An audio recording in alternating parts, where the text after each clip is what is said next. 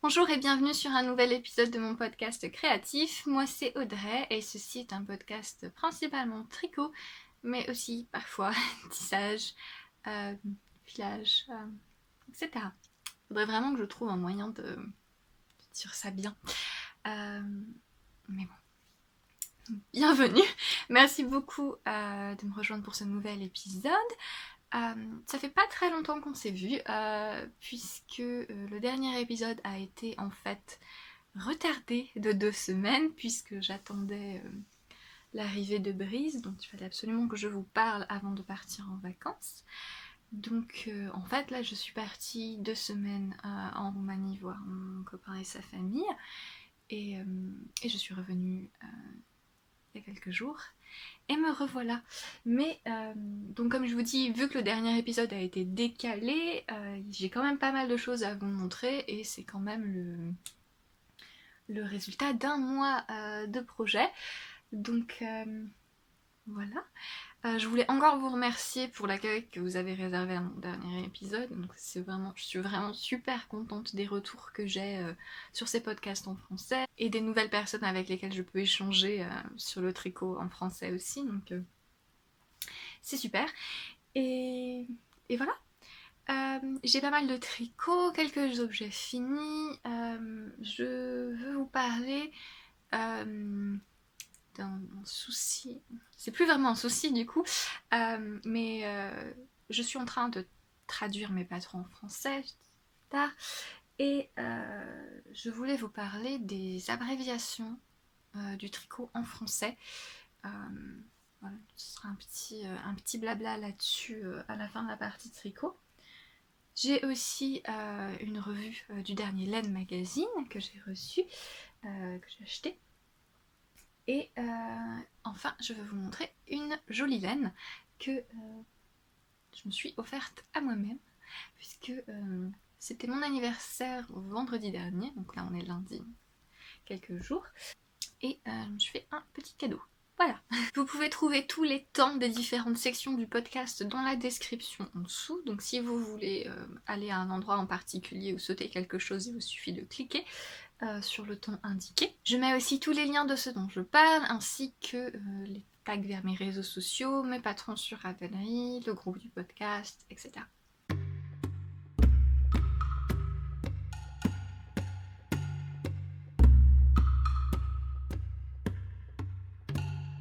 En tricot, j'ai quelques projets finis, donc je suis partie en vacances. D'ailleurs, j'ai mis un petit bout de vidéo en début de podcast. J'ai surtout filmé des arbres, hein. Je sais pas quel était mon problème, comme si on n'avait pas d'arbres en France, mais bon, enfin, voilà, vous voyez l'idée. Voilà. Et mon projet principal, c'était ce pull. Donc je vais me surélever. Il y a quelques temps, j'ai fait le So Faded, donc d'Andrea Mori, vraiment en fade. Et en fait, il se trouve que c'est jusqu'à présent le pull raglan qui me va le mieux. En fait, j'aimais bien sa construction et je trouve qu'au niveau des chiffres, le fit. Bref, que j'aimais bien comment il m'allait. Du coup, j'avais envie de me faire un petit pull t-shirt de printemps en laine, et je me suis dit que j'allais récupérer ces chiffres puisque ils me plaisaient bien. J'ai quand même voulu qu'il soit un peu plus petit. C'est-à-dire qu'il a un petit peu de d'aisance négative. Voilà, c'est le mot. On va y arriver. D'aisance négative que mon autre se fait. Donc en fait, j'ai fait un échantillon légèrement plus dense et j'ai utilisé une laine qui est un peu plus duveteuse, j'en parlerai après. Voilà, donc j'en suis contente. J'ai fait des bêtises. Ça aurait dû être un projet tellement facile et sans problème, mais je sais pas ce qui m'a pris.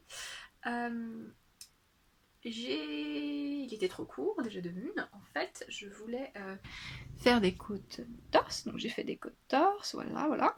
Et j'ai beaucoup de mal à trouver des rabats, pas des rabattages, des rabats qui me satisferaient, oh là là, le français Audrey, qui me plaisent. on va faire simple, qui me plaisent et qui restent assez élastiques. Et du coup je me suis dit cette fois, bon ben je vais faire ce qu'il faut. Et j'ai fait pour la première fois un rabat tubulaire. Je vous mettrai le lien du tutoriel que j'ai suivi qui est en anglais, mais c'est les tutoriels de Very Pink Knits, donc une chaîne YouTube de tutoriels en anglais, qui est très claire, hein. Elle fait les trucs très lentement, elle montre bien, donc même si c'est en anglais... Ouais, je préfère vous montrer le tuto que moi j'ai suivi plutôt que d'essayer de trouver un tuto français et de pas être sûre que éventuellement moi j'aurais pu le suivre. Bref. Donc j'ai suivi son tuto et j'aime bien en fait. C'est vrai que c'est un petit peu long à faire, mais déjà c'est très joli. Moi je l'ai fait là aussi. C'est très très joli et en fait j'aime vraiment pas rabattre des côtes, alors qu'elles soient torse ou pas. Hein. Les côtes torse c'est joli, mais il faut quand même les rabattre. J'aime vraiment pas rabattre les côtes torse, parce qu'il faut bouger le fil tout le temps et puis il faut passer les... Enfin je trouve que c'est long et fastidieux. Et là en fait le fait de coudre en quelque sorte, bah, voilà, ça m'a bien plu. C'était assez relaxant on va dire. Et j'ai bien aimé le faire. Mais mon problème, c'est que mon pull était beaucoup trop court. Je l'ai essayé, hein, pourtant, je faisais que l'essayer, parce que vu que j'avais un échantillon un poil plus dense que ce que j'aurais fait d'habitude pour un pull en fingering, j'étais en train d'utiliser beaucoup plus de laine que ce que je m'attendais à utiliser. Et du coup, je faisais que l'essayer, je me dis, bon, c'est bon, là, il est assez long, il est assez long. Et j'ai commencé à faire mes côtes et j'ai tout rabattu. J'ai rabattu le corps et il manquait ça. Ridicule. Il m'arrivait au-dessus du nombril. Pourquoi pas, mais c'était pas le look que je voulais. Je voulais quand même qu'il m'arrive aux hanches en fait. Je voulais qu'il soit un peu court, mais pas vraiment sur ma taille. N'importe quoi. Et j'avais vraiment pas envie de défaire mon rabat tubulaire et mes côtes. Donc, j'ai coupé. J'ai fait comme quand on fait un talon après coup, c'est-à-dire j'ai relevé une ligne de maille et la ligne de maille juste avant les côtes. J'ai coupé au milieu, comme ça je me suis retrouvée avec 2 morceaux. J'ai continué, j'ai retricoté tout ça sur le corps, du coup en jersey. Et ensuite j'ai recollé le tout en faisant un grafting Kitchener Stitch, voilà, celui qu'on fait pour fermer les pointes des chaussettes. Ce qui était long, on est d'accord. Mais je sais pas, j'ai préféré ce processus, je pense, plutôt que de défaire ce que j'avais déjà fait et refaire la même chose. Je pense que là, ça m'aurait vraiment achevé à ce stade-là. Mais voilà, et je suis contente. Je suis contente du résultat. Ça se voit un petit peu, il y a une petite ligne où c'est un peu plus serré, bah, la ligne du grafting en fait. Mais comme c'est juste au-dessus des côtes, on dirait que c'est le début des côtes. Ça m'embête pas.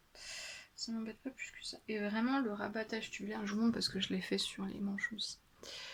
Je suis vraiment très contente du rendu. C'est très joli.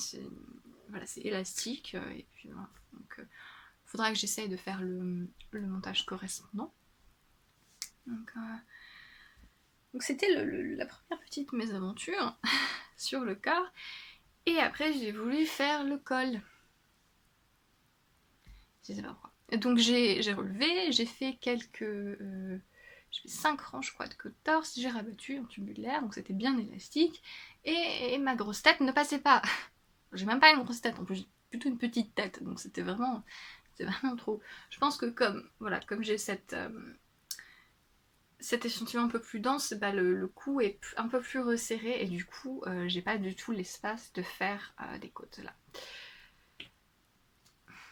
Donc j'ai défait et j'ai préféré finalement faire un rabat en accord. Ce que j'aime bien les cols icônes. Hein. Là, c'est vrai que j'aurais bien aimé que ça fasse tout en côte torse, parce que j'ai vraiment les côtes torse, je trouve ça joli. Mais bon, du coup là, ça lui donne un côté un peu plus... un peu moins peut-être strict que tout est en côte. Tout est symétrique. Bon, ça va. Au moins je peux passer ma tête. Ce qui serait quand même dommage hein, d'avoir un très joli pull tout comme je veux et que je peux pas passer ma tête dedans. Mais voilà, donc j'ai fait ça, et ensuite des toutes petites manches, et des côtes torse, et le rabat tubulaire. Voilà, rien de très compliqué à dire là-dessus. La laine que j'ai utilisée, donc je voulais une figurine, une laine mérinos principalement, pour que ce soit quelque chose de moins chaud, et vraiment vraiment près du corps, parce que je voulais qu'il soit bien serré, et qu'il soit un petit peu le pull facile pour la mi-saison, on va dire. Donc pas maintenant, parce que là il fait un peu trop lourd. Mais ça va, je survis. Et du coup, j'ai utilisé une laine teinte à la main par une teinturière indonésienne. Donc c'est Papi Put Yarn, que vous pouvez trouver sur Etsy, et qui a vraiment de très jolis coloris, de très bons speckles. J'ai d'autres écheveaux d'elle pour faire des chaussettes. Elle vend des écheveaux de 50 grammes pour les chaussettes, donc ça c'est cool. Elle a une base, donc c'est sa Tough Sock, qui est une base donc mérino nylon, et qui est quelque chose de très dufteux que j'aime beaucoup. C'est une laine qui est assez épaisse pour une laine à chaussettes. Donc si vous aimez les laines à chaussettes qui sont un peu plus dodues, un peu plus assez épaisses, c'est vraiment intéressant. C'est une laine à 2 brins, donc qui est assez ronde, bien équilibrée, un tout petit halo, parce que les brins en fait sont un poil dufteux, et c'est pas très retordu. Donc c'est vraiment quelque chose de gonflant, qui est très doux évidemment, Merino Superwash, blablabla. Et qui est quand même un métrage généreux, hein. Il y a 400 mètres, 100 grammes, donc c'est quand même, il y a assez, malgré le fait que ce soit une laine figurine plutôt dodue, on va dire. Mais voilà, mon échantillon doit être à peu près à 25-26 mailles. J'ai pas à mesurer, hein. Pourquoi est-ce que je mesurerais des échantillons quand je fais un pull complètement limite improvisé? Bon, voilà. L'échantillon de sous-fédé, normalement c'est 24, je crois. Et donc là, je dois avoir 25-26, puisque j'ai descendu d'une aiguille, donc je sais que ça doit être à peu près ce que je dois avoir.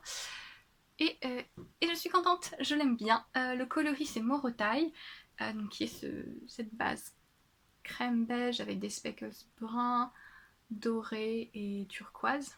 Et j'aime bien parce que, enfin, c'est quand même speckles, hein, c'est très speckles, mais ça reste assez uniforme, et de loin on dirait pas trop que je sors du cirque. Non, je l'aime beaucoup.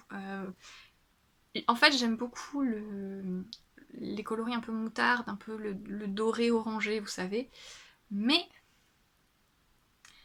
ça ne me va pas. Donc tout le coloris doré des Rayons Natura par exemple, mais je l'adore, je le trouve magnifique. Mais impossible que c'est pas possible que je mette ça. Je vais avoir l'air encore plus malade que ce que je n'ai l'air d'habitude. Et du coup là, mélangé avec le turquoise, je trouve que ça l'ajuste à peu près, et du coup c'est bien. Je trouve ce coloris très joli. Il y a un petit gradient involontaire. Gradient, c'est pas ça qu'on dit en français, Audrey, hein. Dégradé. Involontaire, parce que forcément là la circonférence est plus petite, donc les speckles s'arrangent plus les uns contre les autres, et là ça a même commencé un tout petit peu à faire des spirales là. Mais c'est quand même sympa. Moi, j'aime bien. Puis voilà, je vous montre. Ça ne focus pas, hein, mais bon, faut imaginer. Donc je suis contente. J'alterne les écheveaux évidemment. Les deux étaient très similaires, hein, mais c'est juste une question pour pas que ça fasse de tas de couleurs. Comment on dit en français? Pooling. S'il y a un terme en français pour pooling, merci de m'aider. Apprenez-moi à parler français dans les commentaires. Voilà.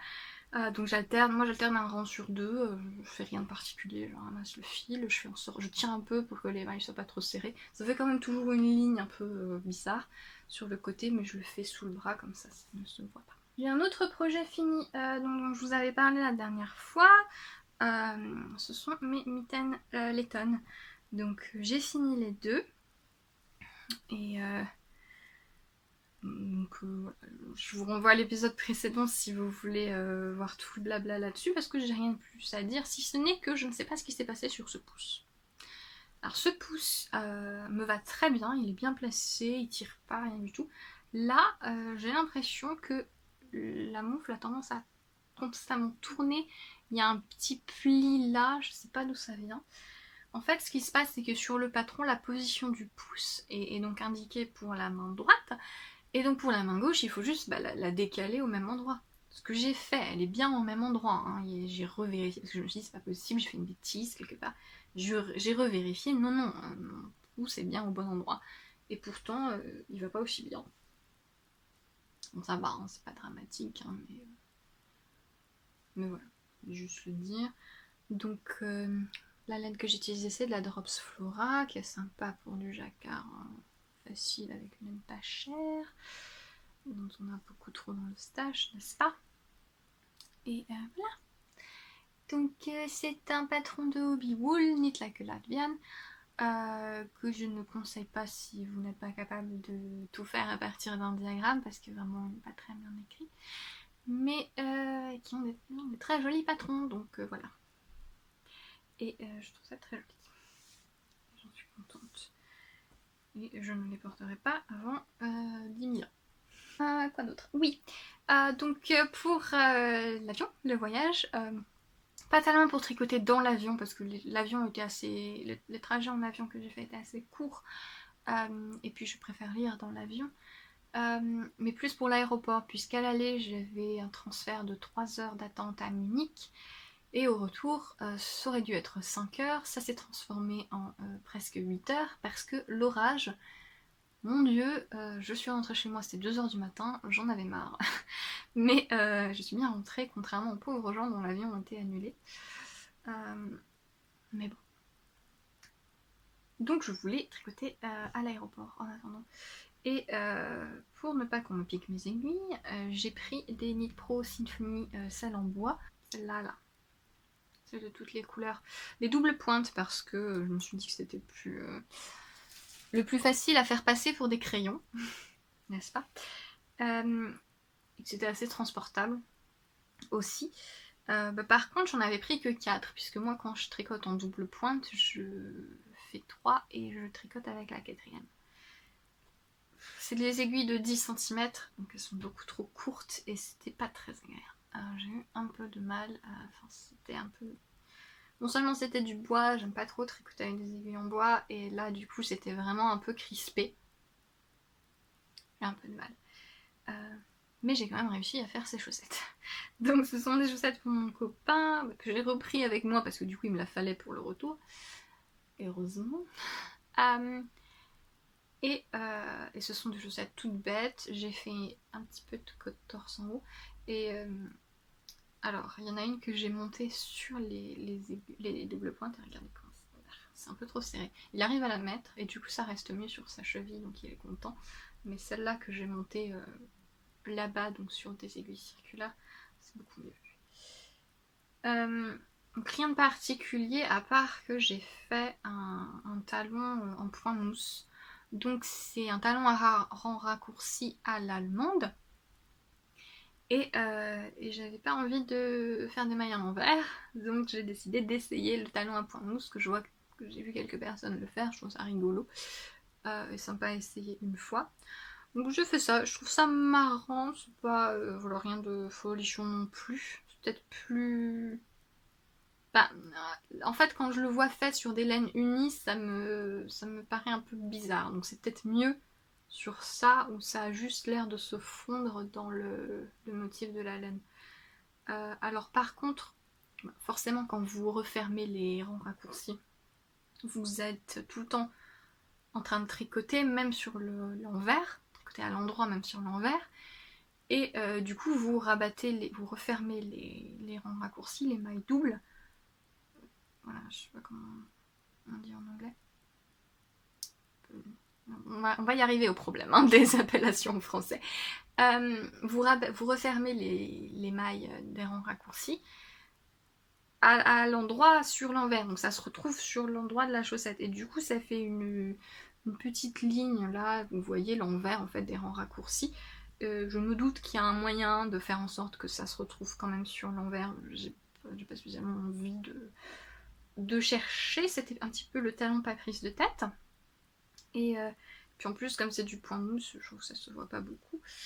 Et puis franchement, c'est pas mon copain qui va me dire excuse-moi, tu as pas bien rabattu les rangs raccourcis dans le bon sens. Parfaitement incapable de se rendre compte que ça et les patrons de chaussettes que je fais avec des textures, c'est pas la même chose. Donc je pense que j'ai de la marge que je peux faire, me permettre ce genre de choses. Bref, mais elles sont quand même très, très chouettes. La laine que j'ai utilisée, c'est de la Waikiwi. Donc c'est une laine que j'ai eue dans un échange, le Wool Swap, donc qui est un échange international de laine, comme le Fiber Share, sauf que c'est Wool Swap. Et que le Wool Swap, vous échangez avec la même personne. C'est-à-dire vous envoyez à la personne qui vous envoie.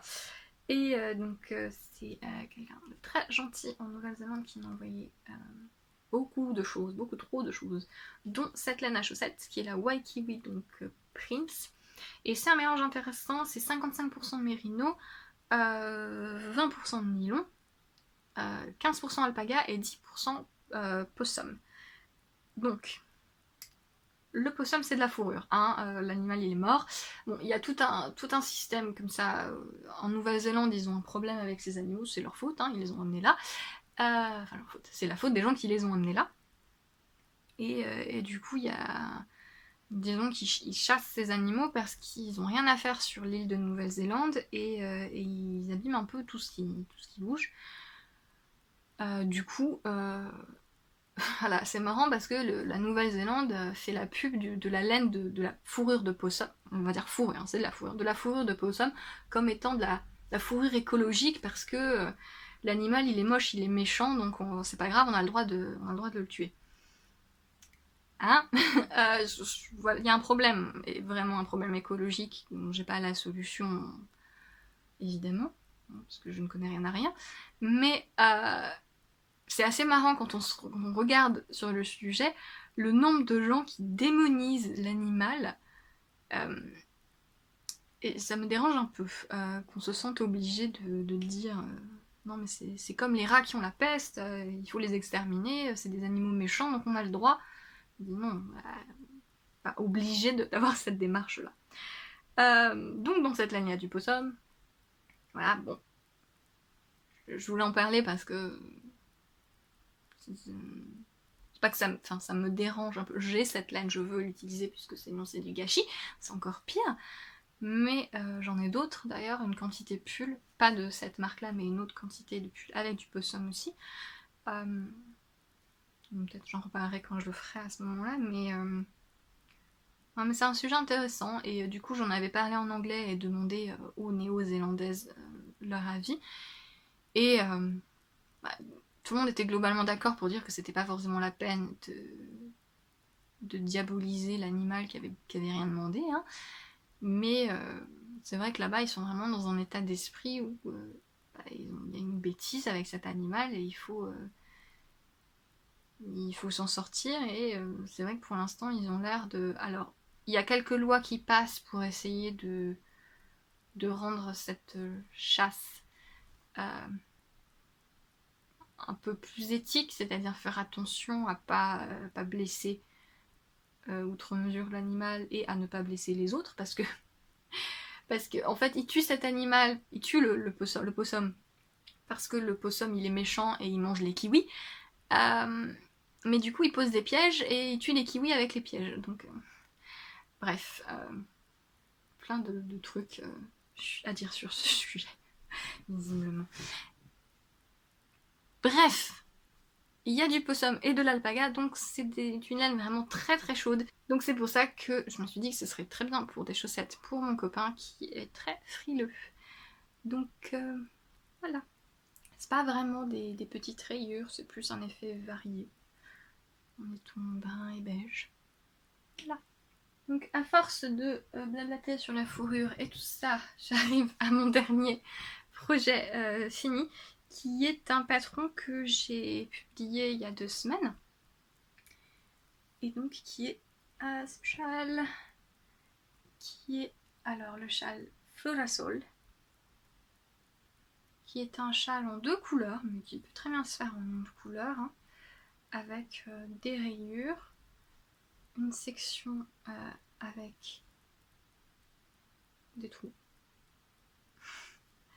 et un point texturé dont je suis absolument fan, qui m'a un peu donné des fils à retordre, je dois l'avouer, mais j'adore le rendu. Je trouve que c'est absolument super. Et merci beaucoup. Parce que beaucoup d'entre vous ont beaucoup aimé ce châle et m'ont fait plein de compliments, donc vraiment je vous remercie, c'est super sympa. Je suis ravie qu'il vous plaise parce que c'est un design qui m'est très personnel et qui est un peu précieux pour moi parce que disons que c'est... j'ai l'impression que j'ai réussi à faire quelque chose qui vraiment correspond à mes aspirations de designer. C'est vrai qu'en général j'ai un peu de mal à parler de mes patrons et disons que je partage plus ce que j'aime dans les techniques que j'ai utilisées et sur la laine et comment ça fonctionne et pas tellement sur l'aspect créatif et esthétique et tout ça. Là, c'est un châle qui vraiment me correspond et qui est le genre de choses que je veux faire. C'est quelque chose d'assez texturé, un peu minimaliste, mais quand même avec pas mal d'intérêt et pas mal de possibilités de changement. On pouvait utiliser une seule couleur si vous voulez, 2 couleurs qui sont pas très... un peu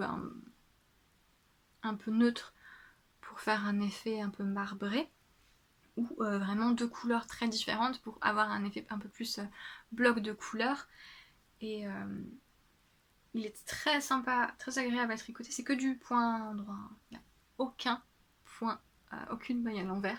Quand j'ai fait ma liste d'abréviations et que j'ai enlevé le peur, je me suis dit ah c'est rigolo. Mais voilà, donc c'est une forme boomerang, donc c'est un châle asymétrique qui est tricoté en biais en fait, donc il y a un petit peu de points pour créer la forme des 2 côtés. Donc on commence avec ces rayures et petit à petit on le fait grandir. Il est uniquement écrit, c'est-à-dire que je n'ai pas de diagramme parce que c'est pas possible. J'en avais parlé sur Instagram parce que j'avais beaucoup de mal et je voulais voir s'il y avait d'autres gens qui avaient des idées. En fait, le souci c'est que les mailles bougent constamment comme ça. C'est comme ça quand on fait un châle en biais, déjà le nombre de mailles change tout le temps et surtout il est très décalé. Et donc le problème c'est que ce point texturé là, en fait il est très simple, c'est des colonnes de 5. Le souci c'est que vu que ça bouge comme ça, je me retrouvais avec pas mal de points, de non-points là et là, et du coup pour faire le diagramme correctement, j'aurais dû décaler le motif et ça aurait pas du tout été visuel. Pour moi, quand on veut un diagramme, c'est qu'on veut voir à quoi ça va ressembler. Et du coup, là, le truc était complètement décalé, ça rendait n'importe quoi, j'étais obligée de faire un diagramme soit absolument immense et qui avait l'air très compliqué, ou donner beaucoup d'indications écrites autour du diagramme, qui pour moi valaient pas le coup, en fait. Donc j'ai choisi de ne pas inclure de diagramme, et parce que vraiment je préfère ça plutôt que de mettre quelque chose qui va vous embrouiller et donner l'impression que c'est très compliqué alors que c'est simple et c'est très facile à lire.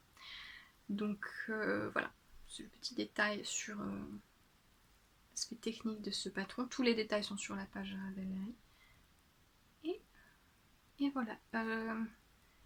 En fait, cette forme, moi j'aime beaucoup parce que ça permet d'avoir un châle qui est long, comme un châle en demi-lune, mais qui est quand même aussi un peu profond, comme un châle triangle. Donc c'est un bon entre-deux entre les deux formes.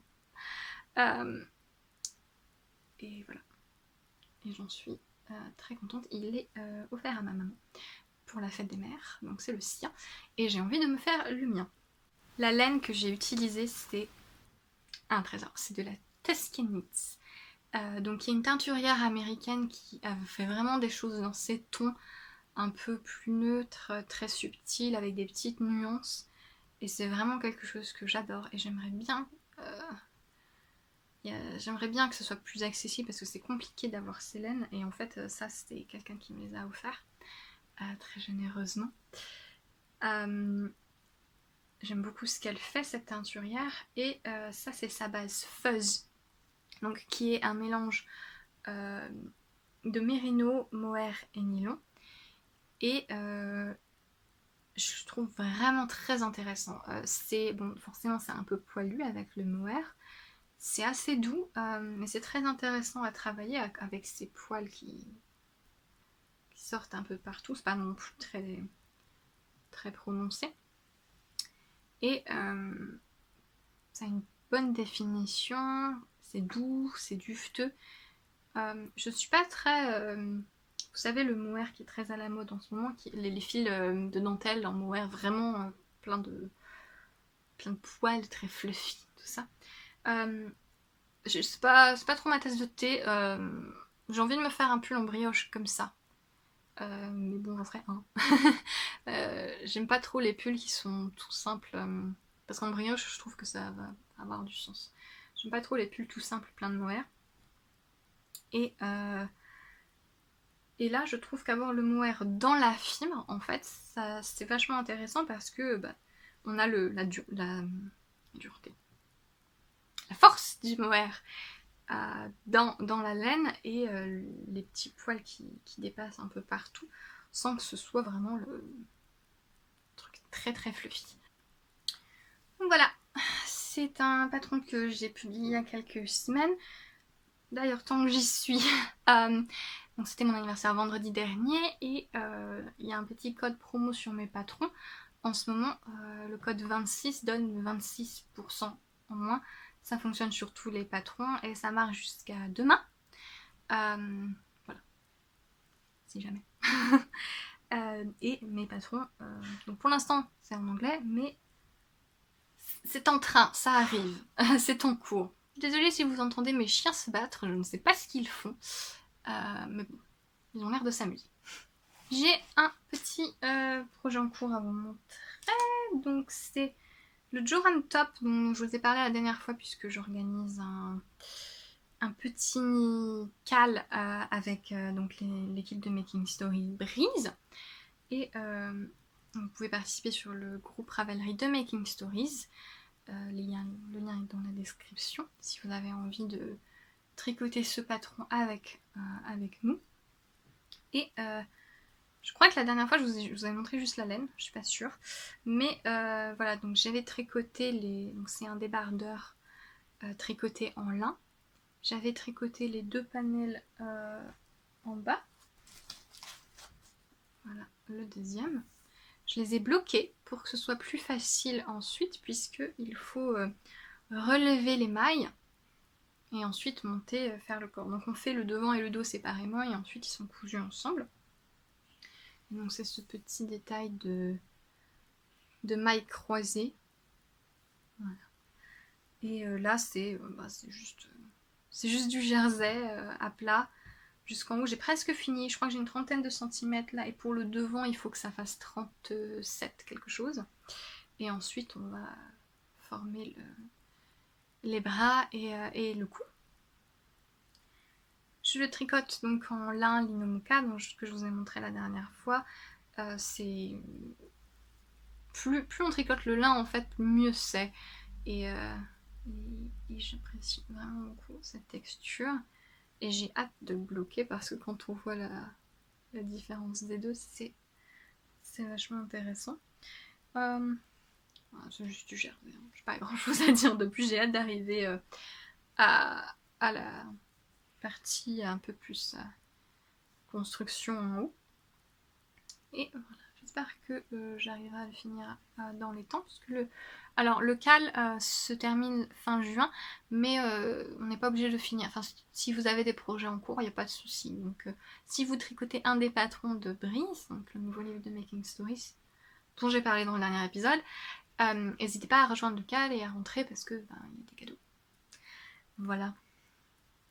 Un autre en cours que j'ai commencé il n'y a pas très longtemps et Là vous allez me dire mais elle est folle. J'ai des cadeaux à faire en fait pour la famille de mon copain. Quelqu'un qui se marie en septembre en fait, et je veux faire un cadeau pour donc la mariée et pour sa mère. Donc c'est la tante de mon copain. Et j'ai décidé de faire 2 étoiles cercles en dentelle. Parce que voilà, j'ai jamais fait d'étole en cercle, c'est quelque chose qui me plaît beaucoup dans l'idée et que j'avais vraiment envie de tester. J'ai fait de la dentelle, pas de manière intensive, et c'est pas forcément ce que je préfère parce que la dentelle, quand elle est pas bloquée, c'est pas très joli. Je trouve que c'est difficile d'apprécier ce qu'on est en train de faire. Mais bon, j'ai trouvé 2 patrons qui me plaisent énormément, donc je me lance là-dedans. Et j'ai commencé le premier. Je vais en faire un. Et si après vraiment c'est pas possible de faire un deuxième, soit parce que j'ai pas le temps, soit parce que ça va me rendre folle, j'ai un autre patron en réserve, un très joli châle en dentelle mais triangulaire. Mais bon, le premier que je fais c'est le châle Green Gables de Annelise Megard. Donc, est-ce que j'ai perdu des mailles déjà, hein, comme ça? Non. Ouf. Donc c'est le truc impossible à montrer, bien évidemment. Comment ça se lit cette histoire? Donc c'est un châle cercle, c'est-à-dire qu'on commence par le monter. Alors le patron est très très bien écrit, c'est en anglais. Il y a un diagramme où il y a des instructions écrites. Je suis les instructions écrites parce que je suis bizarre comme ça. Et les instructions sont données rang par rang. On peut faire soit le cercle entier, soit une demi-lune. Oui, enfin un moitié, non, un moitié de cercle. Enfin, comment on dit? Bref, vous avez compris. Et les instructions sont rang par rang, c'est très clair. Il n'y a que 178 rangs, quelque chose comme ça. Enfin, ça va être un truc immense avec 1000 mailles. Mais du coup, c'est assez rigolo à voir. Et c'est très bien écrit, il y a des tutos du coup pour monter en cercle, là, une pointe. En fait, c'est le même système que ce qui s'appelle cercle magique en crochet, vous savez, quand vous faites des petits jouets, des amigurumi. Mais on peut le faire avec des aiguilles à tricoter aussi, donc elle donne des liens pour ça. Et voilà. Pour l'instant, ça ressemble à une toile d'araignée. C'est rien de compliqué, c'est beaucoup de diminution, il y a un petit peu de torsade ou de mailles croisées. Enfin, elle fait des torsades 1-1, mais hors de question. Donc je fais des mailles croisées. J'ai mis des marqueurs absolument partout. Parce que... donc là, j'ai commencé la section 3. Et je me suis trompée à la section 2 et j'ai dû défaire toute ma section 2. Donc du coup, j'ai mis des marqueurs entre chaque répétition. Donc là, c'est 12 mailles, je crois. Comme ça, je suis sûre de faire les bons mouvements, et sur les rangs endroits, qui sont des... Enfin, endroits, c'est que des rangs endroits, je suis en rond. Sur les rangs pairs, ce sont des rangs repos, donc on fait que tricoter, et un autre truc quand il y a des jetés. Mais du coup, ça me permet de compter à chaque fois et d'être sûre que j'ai le bon nombre de mailles. Et du coup, pour l'instant, ça se passe plutôt bien. À part que je me bats avec mes aiguilles. Faut vraiment que je m'achète des Haya Sharp parce que j'ai l'impression de tricoter avec des trucs qui sont complètement émoussés, qui sont énormes. Donc je pense que ça va me rendre un peu folle au bout d'un moment. Donc voilà, je veux vraiment le set interchangeable d'Haya Sharp parce que je sais que moi je les aime bien. J'ai une petite circulaire Haya Sharp que j'aime beaucoup, donc je sais que je m'en servirai pour absolument tout. Pas très cher sur Amazon, mais enfin, voilà. Il me le faut pour ce projet parce que sinon je vais m'arracher les cheveux. Et en fait, si j'achète une aiguille, c'est presque la moitié du prix du set. Donc je pense que je vais me prendre le set. Mais voilà, donc c'est pas très facile à montrer, je suis désolée, mais pour l'instant ça ressemble à une toile d'araignée. Vous voyez un petit peu ce que ça fait là. Je vous mets une photo du châle fini. J'utilise Drops Lace parce que j'en ai beaucoup dans mon stash et je sais pas quoi en faire. Voilà. Enfin, je sais quoi en faire. J'ai presque tout mon stash en fait, un projet. Mais voilà, c'est juste que là j'avais ça et j'ai changé d'idée pour pouvoir faire ce châle. Le coloris vert gris clair. Voilà. Qui est un très joli vert gris clair. Il va falloir que je me concentre un petit peu sur ça pour voir si mon projet est faisable. Mais pour l'instant, ça me plaît. Donc, c'est en bonne voie. Le dernier projet tricot que je veux vous montrer, c'est un nouveau patron lequel je suis en train de travailler. C'est une paire de chaussettes en jacquard. Elles sont pas bloquées, hein. Je les ai mis sur le bloqueur pour vous montrer parce que sinon ça ressemble à rien. C'est une paire de chaussettes en jacquard. Ce sont les Yukai Socks. Et donc, c'est un motif plutôt géométrique. Et en fait, le devant de la chaussette est comme ça, voilà, avec ces lignes en diagonale. Et j'ai mis un petit détail en diamant que moi je place à l'intérieur du pied, parce que je trouve c'est mignon d'avoir ça un petit peu comme si c'était caché. Et sur l'extérieur de la jambe, ce sera comme ça. Et ensuite, vous avez ce motif-là, ici. Je pense que ce que j'essaie de faire, c'est un patron de chaussettes jacquard pour débutants. Si vous avez déjà fait des chaussettes et peut-être un petit peu de jacquard, ce serait pas mal. Je vais donner pas mal d'indications sur le choix, sur comment adapter à sa taille, puisque quand on fait des chaussettes en jacquard, c'est plus facile de modifier l'échantillon pour avoir différentes tailles. Donc je donne les formules et je vous explique un petit peu tout ça dans le patron. Et au niveau du motif, il faut croiser les fils très rarement. Il y a 2-3 endroits où on peut le faire. Je donne les indications si vous voulez le faire plus souvent. Voilà, elles sont pas bloquées, donc c'est pour ça que j'essaie de tirer pour vous montrer un peu plus le motif en question. Petite côte torse.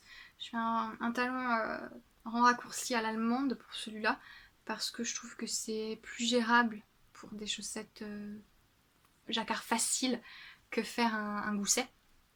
Et vu les calculs que je fais pour ces chaussettes,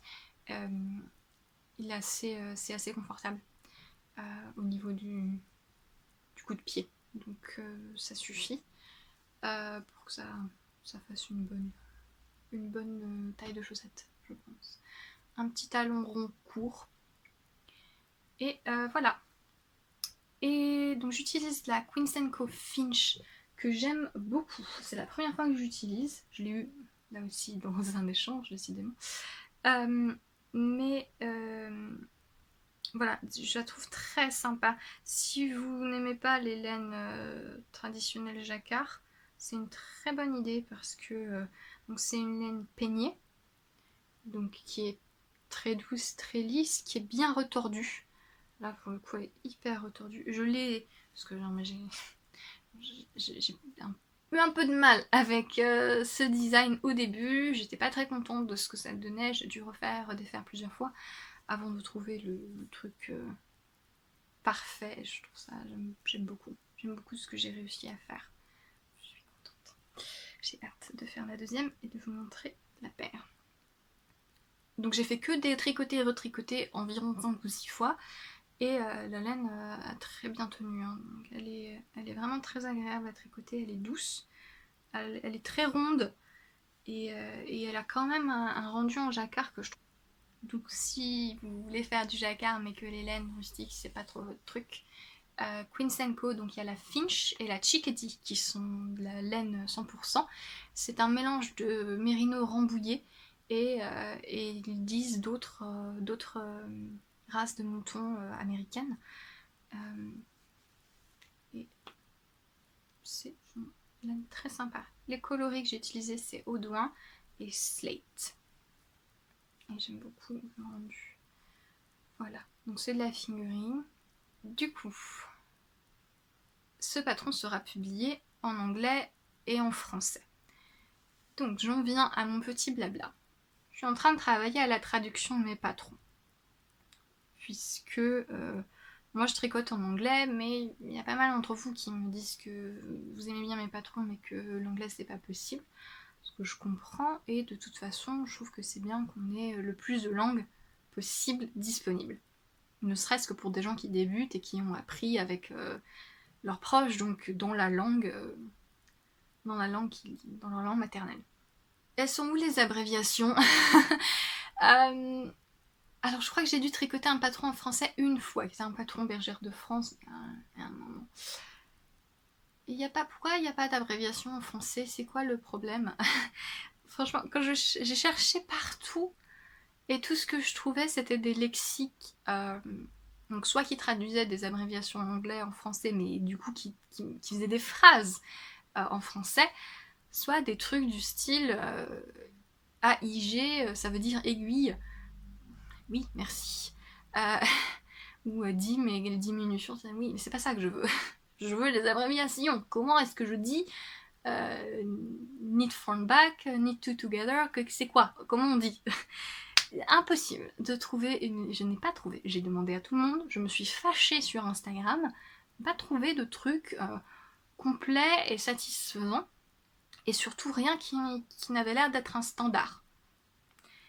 M'a un peu frustrée, j'ai pas trop compris. Et je me suis dit, mais comment est-ce que vous faites du coup? Est-ce que ça vous va d'avoir des trucs de texte comme ça? Parce que moi je sais que j'ai quelques patrons où il y a des points texturés, où un rang, ça peut prendre 2-3 lignes, quoi, parce que c'est pas forcément long, mais c'est des points particuliers, donc l'abréviation est un peu plus longue en anglais. Mais si je fais ça en français, si en français j'écris de la manière dont j'ai vu les patrons bergères de France, les filles d'art, et où j'ai vu certaines choses sur internet, je vais me retrouver avec des rangs qui vont faire 10 lignes, c'est pas possible. Je sais pas, il y a une question d'habitude aussi, hein, parce que j'ai l'habitude en anglais, donc pour moi c'est beaucoup plus instinctif. Mais là, j'étais un petit peu surprise et un peu frustrée, et de ce que les gens me disaient sur Instagram, la plupart des designers semblent faire un peu à leur sauce et inventer ce qu'elles ne trouvent pas et ce qui manque. Mais du coup, ça veut dire qu'il faut réapprendre à chaque fois quand on change de designer. Enfin, moi je sais que je regarde jamais, sauf s'il y a un point que je connais pas, hein, ce qui arrive assez souvent, mais de manière générale, je regarde très très peu la liste d'abréviations puisque je sais ce que les abréviations veulent dire en anglais. Et donc là, je me suis retrouvée dans une petite impasse. Je me suis dit, mais comment je fais? J'ai pas envie d'inventer mes propres trucs et que ça soit pas standardisé ou que ça ne réponde pas à la façon dont fonctionnent les tricoteurs en français. Pardon. Et je peux pas acheter 20 patrons de tous les designers français parce que voilà, les patrons n'ont que les abréviations contenues dans ce patron, et impossible de trouver une liste complète, à moins d'acheter tous les patrons de tous les designers français et de tout recouper pour essayer d'en avoir le plus possible en espérant qu'il en manque pas.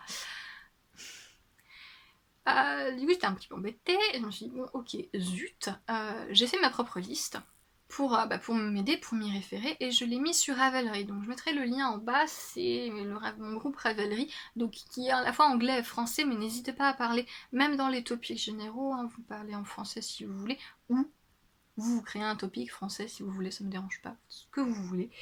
Mais bon voilà, sur mon groupe Ravelry, j'ai mis ce topic là. Pour que en fait on fasse une liste participative et que des gens qui sont un peu plus informés que moi sur le tricot français puissent me dire ce qui est logique, ce qui existe, si j'écris des bêtises, et ce qui fonctionne pour des tricoteurs en français. Donc je veux vraiment remercier tout le monde parce qu'il y a plein de gens qui m'ont aidé, qui ont fait passer le mot, donc c'est vraiment super sympa. Et la liste c'est déjà, je pense, complète et très... et plutôt juste, puisque j'ai eu la chance que Marie-Amélie vienne à la rescourse et me donne son avis et les abréviations qu'elle utilise. Donc ça c'est très pratique. Mais n'hésitez pas voilà, à me donner votre avis, votre recul, à me dire moi je verrais plutôt cette abréviation là pour ce point là, parce que ça c'est un peu bizarre, c'est moins instinctif. Voilà. De manière générale, les abréviations elles sont un poil longues. Mais voilà, en voyant que d'autres gens m'ont dit qu'ils voyaient dans les patrons et ce qu'ils pensaient était mieux, bon des fois il y avait quelques abréviations qui étaient standardisées, parce qu'elles sont logiques. Donc j'ai gardé ça. J'ai vraiment envie de faire ça bien et en français, parce qu'il y a pas mal de gens qui m'ont dit qu'ils gardaient les abréviations anglaises, ce que je comprends parce que c'est vrai qu'elles sont plus instinctives, mais je vais pas faire les choses à moitié en fait. Pour moi, si vous avez le niveau suffisant en anglais pour travailler avec des abréviations en anglais, vous avez le niveau pour lire le patron en anglais en fait. Hein. Vous vous aidez avec Google Traduction et ça passera sans problème. D'ailleurs, je remarque que souvent le problème des gens qui ont du mal à tricoter en anglais, c'est pas vraiment l'anglais le problème, c'est que connaissent pas la technique en question. Par exemple, la phrase pour refermer des rangs raccourcis, les wraps and turn, les mailles entourées en anglais. C'est une phrase qui est très simple en anglais. Hein. C'est littéralement, si vous faites du mot à mot, c'est ramasser le wrap, donc ça devrait se traduire sans doute par... je sais pas comment est-ce qu'on peut traduire ça. Le fil qui entoure, l'entournement. Voilà, ça, je pense que Google Traduction va vous dire un truc comme ça. Ramasser ce truc et le tricoter avec la maille. Si vous comprenez pas ça, c'est que vous ne savez pas faire un raccourci, donc il n'y a pas de problème. Hein. C'est juste que c'est pas tellement l'anglais qui vous porte à la confusion, mais c'est la technique qui vous est pas familière. Donc c'est un autre souci.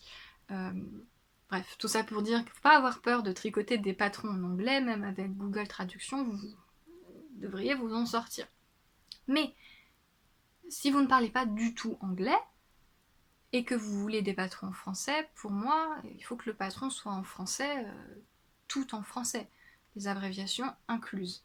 Je veux pas vous dire que j'ai un patron en français si, en fait, j'attends de vous que vous compreniez quand même les abréviations en anglais. Donc, moi, ça, c'était pas une possibilité, donc je veux vraiment réussir à avoir une liste d'abréviations en français. J'ai pas la prétention de quoi que ce soit, hein, révolutionner rien. Il y a des designers français qui sont déjà bien expérimentés et qui ont sans doute leur propre système. Et, voilà. Mais je trouvais dommage que quand on cherche sur internet, on ne trouve pas de liste d'abréviations de tricot en français. Voilà. Et du coup, j'ai mis la mienne. Et je l'améliore avec vos idées. Si vous voulez participer et aider et qu'on arrive à avoir quelque chose de vraiment parfait pour tout le monde, enfin parfait, disons qui combine le plus d'avis possible et que j'arrive à voir ce qui correspond au plus de monde, n'hésitez pas à acheter un œil utopique. Et voilà, et je remercie encore tous ceux qui ont déjà aidé et qui ont donné les abréviations que eux ils utilisent dans leur patron parce que c'est vraiment utile. Et voilà, je sais qu'il y a des gens qui ont envie qu'on en fasse un document un peu vraiment officiel. Je pense que c'est une bonne idée de le mettre vraiment quelque part d'évident sur internet pour que les gens qui dans le futur se retrouvent dans mon cas trouvent cette liste et puissent l'utiliser s'ils le souhaitent. Mais voilà, déjà, pour moi c'est hyper pratique, voilà, ça me sauve un peu la vie que vous m'ayez aidé sur ce sujet parce que du coup j'ai une liste d'abréviations qui je sais va fonctionner. Et donc je peux traduire mes patrons. Ce que je suis en train de faire. Et donc mes prochains patrons vont sortir en français et en anglais en même temps. Enfin, peut-être décaler, non, je ferai tout en même temps. J'ai pas envie de vous décaler la sortie, c'est compliqué. Sortiront dans les deux langues et petit à petit je vais revenir en arrière et traduire les patrons déjà publiés. Donc dans les 2 mois peut-être, j'espère qu'à la fin de l'été j'aurai fini. Mais voilà. Voilà, donc j'espère que j'ai tout dit et que vous avez un peu compris ma démarche et ce dont je voulais parler. Et donc c'est tout pour le tricot.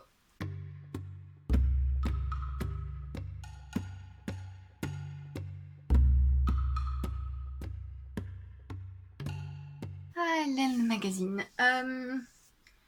Au début, je voulais pas prendre le numéro 5 parce que Anna de Lana et Tricot, elle en a parlé dans son dernier épisode et je suis assez d'accord avec elle. Je sais pas ce qui s'est passé avec celui-ci, mais on a moins vu les teasers, ça m'énerve d'utiliser des mots en anglais, oh là là, les annonces des différents patrons sur Instagram. Je trouve qu'on a moins vu ce qu'il y avait dans ce numéro. Et du coup, je me suis dit, je voyais deux, trois patrons, je me suis dit oui, c'est joli, mais c'est pas... Voilà, il n'y avait rien qui me poussait vraiment, comme dans les éditions précédentes, à me dire, ah, je veux vraiment faire ça. Et du coup, je m'étais dit que j'allais pas l'acheter. Ce qui m'embêtait un petit peu parce que, au niveau du contenu qui était annoncé pour ce numéro 5, donc il y a une interview avec Isolda, une interview avec Rosa Pomar, la ville dont il parle et dont il conseille les endroits où rester, où manger, c'est Édimbourg, donc oui.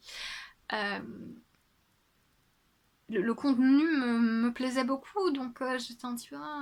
j'ai pas envie d'acheter, je n'aime pas acheter des livres ou des magazines si je ne me vois pas tricoter au moins le tiers des patrons, sinon la majorité, quand c'est possible, dedans. C'est pas que je me voyais pas tricoter les patrons qui étaient montrés dans le magazine, juste qu'il n'y avait rien de...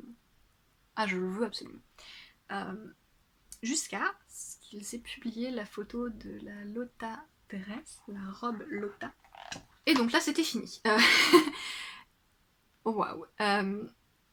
Je suis complètement fan de ce truc. Je la trouve magnifique. L'encolure, les détails. Je trouve que c'est canon. J'aime beaucoup. J'aime beaucoup. Je me vois pas comment la porter par contre en robe. Je pense que c'est pas trop mon style. Par contre, donc je vais la faire, hein. Je vais la faire en pull en fait. Je vais juste le faire plus court et faire une version pull. Peut-être tunique. Je sais pas. Parce que je la vois. C'est tellement joli. Me vois la porter sur des collants à la maison. Machin. Mais c'est tellement joli que je voudrais la mettre dehors. Mais je ne sais pas quelle chaussure mettre.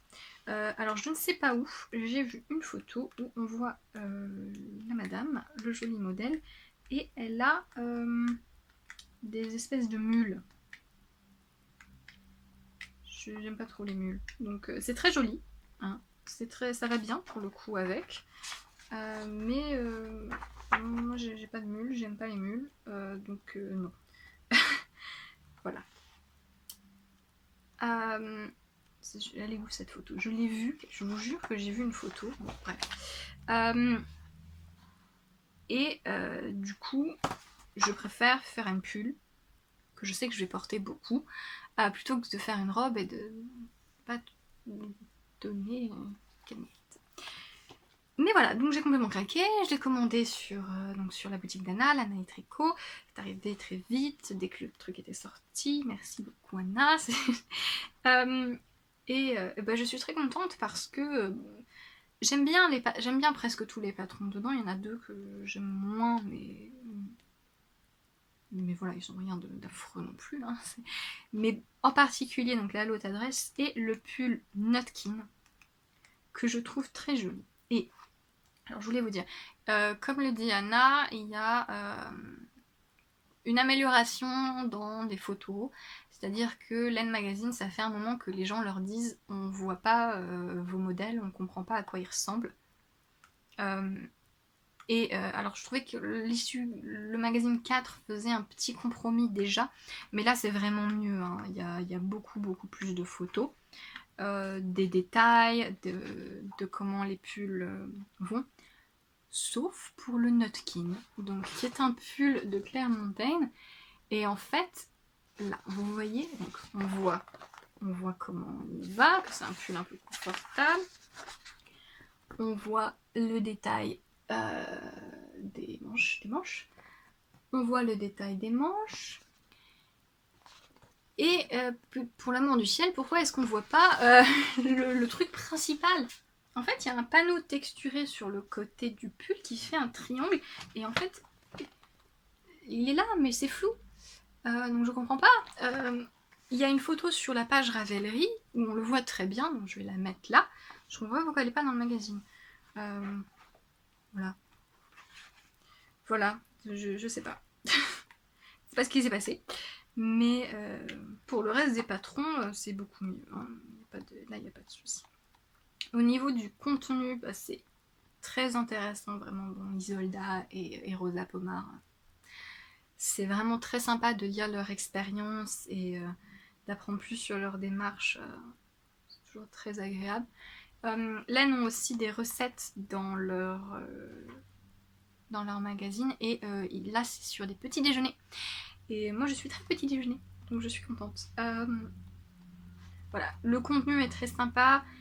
Voilà, comme je vous ai dit, il y a ces deux patrons que moi j'aime beaucoup et voilà, après les autres sont jolis aussi. Hein. Il y a ce cardigan qui est sympa. Voilà, c'est bien. Mais vraiment la robe, là. Mais limite en fait, je vais faire le pull et je vais la version pull et je vais peut-être me décider et trouver un moyen de faire la robe quand même. Voilà. Donc c'est une jolie édition. Moi, Line Magazine, j'aime bien ce qu'ils font. Et là, je suis contente de l'avoir quand même acheté.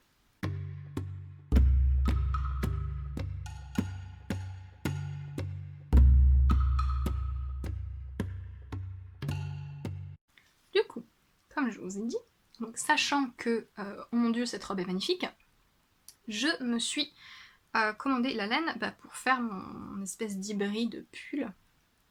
Peut-être que j'en ai assez pour faire une version tunique, on verra. Et je vais commander mon cadeau de moi à moi de la BioBalance de BC Garn. Donc c'est une laine que j'avais envie de tester depuis une éternité. BC Garn, c'est une marque danoise qui font des laines bio, certifiées GOTS, G-O-T-S. Et j'aime bien ce qu'ils font. Ils ont une laine Shetland aussi que j'ai très très envie de tester. Mais je veux un vert, je veux une teinte particulière, je veux le vert numéro 9 et je ne le trouve pas en stock chez les distributeurs. Donc ça m'embête. Mais j'ai trouvé ceci. Donc c'est le coloris figue et j'adore cette couleur. Je trouve vraiment super. C'est un parme grisé, vraiment très subtil avec beaucoup de nuances. Enfin, c'est très très joli. Et alors, la texture, j'ai pas beaucoup d'expérience avec les mélanges laine coton. Je connais la Coast de Holst qui est très fine et qui est particulière, donc elle est un peu sèche au toucher, même si après le résultat est un drapé très intéressant. Mais c'est la première fois que, disons, que j'ai un écheveau. C'est vraiment une texture particulière. C'est très doux. J'aime pas la sensation du coton mercerisé, hein, qui fait un peu plastique à mon goût. Là, pas du tout. C'est très doux. Donc on sent qu'il y a quelque chose de végétal. Et on sent pas du tout ça sent pas du tout la laine. C'est curieux.